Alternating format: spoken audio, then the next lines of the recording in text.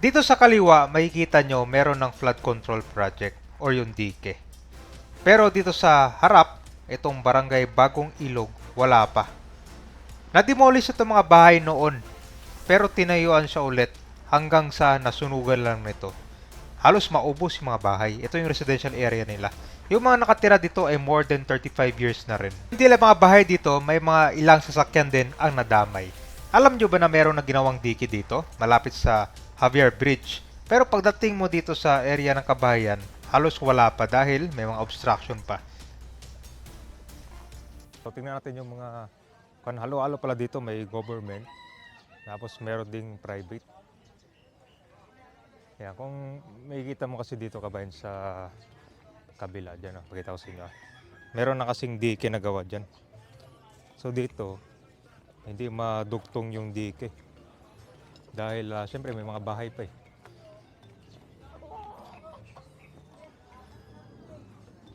Sa kabila may dike. Magtataka ka dito, wala. So pag na-relocate yung mga tao dito, may possible na lalagyan ng dike din. Kasi pag ito Kabayan, pag umulan to, wala, apaw yung tubig lahat dito. Tingnan mo, walang flood control project dito eh. Compare mo dyan sa kabila, oh, di ba? Yung mga dike. Dito wala. Talagang pag umapaw yan, diretso sa bahay.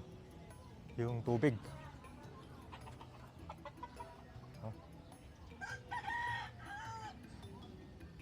So ayun doon sa mga balita ito Kabayan, na-demolish na pala to. Mga dekada rin nakalipas.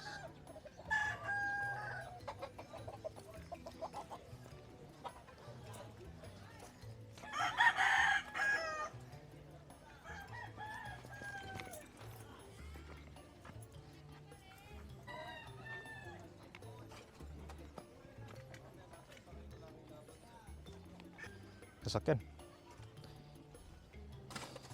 Talagang wasak. Ito. Nadamay oh.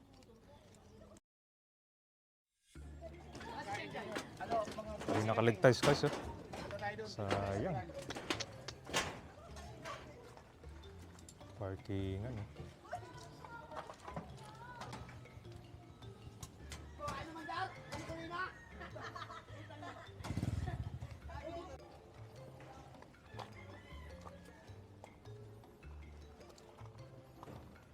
Pala dito gawa sa panto. Third floor.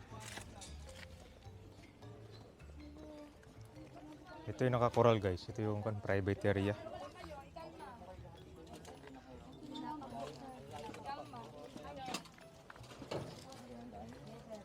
Meron ba pala dito? Ito guys, may second floor na bahay. Wasak din oh.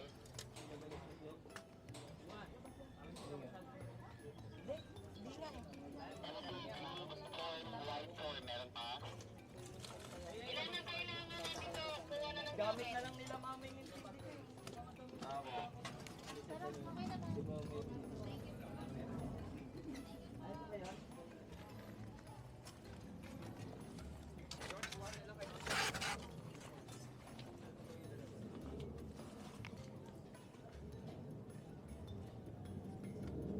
Maliit lang siya na para siyang compound talaga no.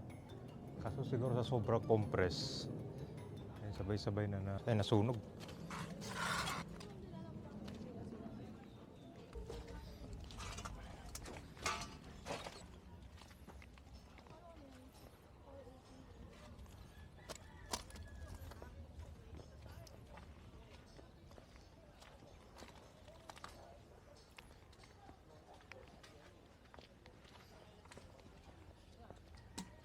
Yun guys, so dikit-dikit mga bahay tapos mabilis na kumarating sunog dahil siyempre gawa sa light materials. Ito wasak din yung CR.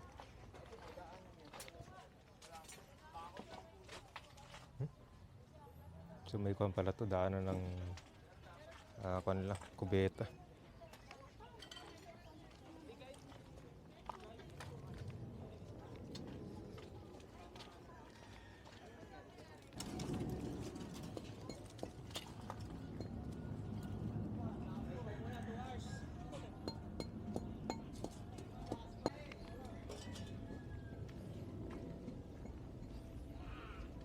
40 years, 1980. Ang tubig noon, wala pa dito.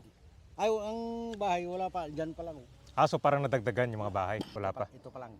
Mag-uusap pa lang kung tatayuan or relocation na? Lang. Dito lang? Oo. Mga anong taon nyo nagkaroon ng demolition noon? Anong taon yun? 2008? 9? Parang, hindi naman. Parang ganun. Ganun na? Oo. After ng demolition, tinayo, Unti-unting may tumayo. tumayo lang Doon ulit. sa nawalang kan. Yung naalis. At actually, na-relocate na sila sa rainforest. Tapos bumalik lang. Yung iba bumalik. Isang parte yung dinimolish dito? Dito nga. Dito. Yan o. Yan sa daanan doon. Okay. Dito. Malaki din pala yung natanggal Hanggang natin. dyan o sa yung Ito sir, private to yan. Private Yan, yan. private Yan, yan. kasi may bakod na. yung bakod na yan. Yan ang hangganan ng Na-demolish na. nawala ng mga tao. Tapos unti-unti. Pero yung mga nagtayo sir, parang sila lang ulit. Bago din, may mga Bago bago. din. Merong nabayaran na hindi umalis. Sila ang nagpatayo. Kaya double sila. Nabayaran na. Hindi sila umalis. Saan yung bahay nyo sir? Dito? Ito? Kung din, walang natira talaga? Wala talaga. Ayun. Yung maraming bakal. Parang may second floor sir? Oo, second floor talaga. Tapos ito, yan yung aking CR ito. CR. Bukod sa mga bahay na nawasak, ito din yung mga sasakyan na nasira. So more than 40 years nang nakatira, nagkaroon na dito ng demolition.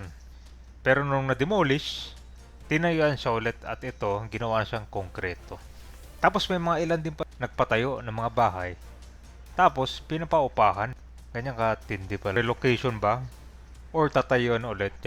Or kung magkaroon man ng relocation, pwede nang itutuloy yung flood control project mo yan sa Javier Bridge. Hanggang doon pa lang nagawa ng DK pero dito wala pa. So kung matutuloy man itong gagawin flood control, tatanggalin mo rin mga bahay. Hindi lang doon sa may area ng Pook, Maligaya, pati rin dito sa Marikina River papuntang Ortigas. Marami pa yan, no? Ito yung mga parang nakausli na yung pagtayo nila, no? Ito po yung Javier Bridge. Papansin mo yung dike niya, oh. Hindi lang kasi basta flood control yan. Parang ko na rin siya, eh. Parang pasyalan ng mga tao, yung mga magja-jogging paggabi. So malawak siguro ang kailangan nito. I think mga 15 meters yata. So tatanggal talaga to. Pati yung mga puno and then mga bahay na to.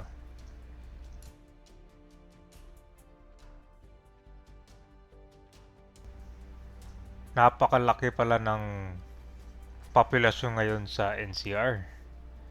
Alam nyo ba na umabot na to ng 15 million plus dito sa metro area. So kasama na dito yung Pasig City.